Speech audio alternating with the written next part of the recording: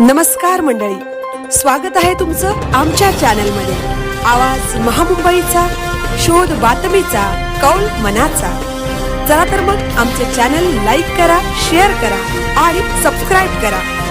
धन्यवाद।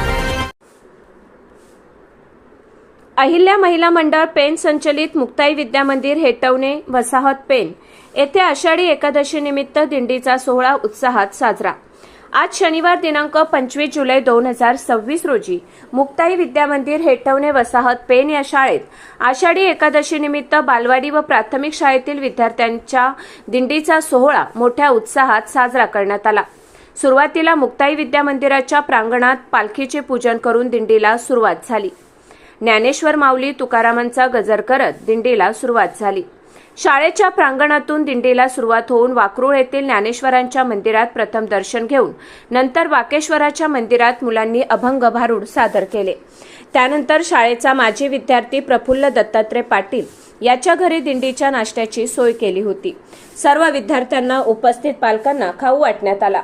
त्यानंतर वाकरूळमधील छत्रपती शिवाजी महाराजांच्या स्मारकासमोर इयत्ता 3री-4थीच्या विद्यार्थिनींनी टाळ नृत्य सादर केले।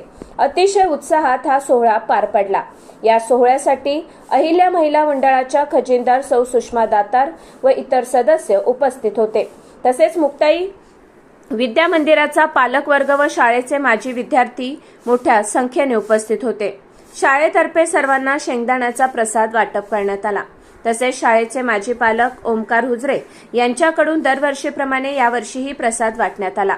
अशा प्रकारे दिंडीचा सोहळा मोठ्या उत्साहात पार पडला। पारंपरिक वेशभूषेतील सर्व विद्यार्थी अतिशय सुंदर दिसत होते। या सोहळ्यासाठी शाळेच्या सर्व शिक्षकांनी खूप मेहनत घेऊन एक उत्कृष्ट असा उपक्रम सादर केला। आवाज महामुंबईचा चॅनलसाठी मिलिंद खारपाटील, पेन।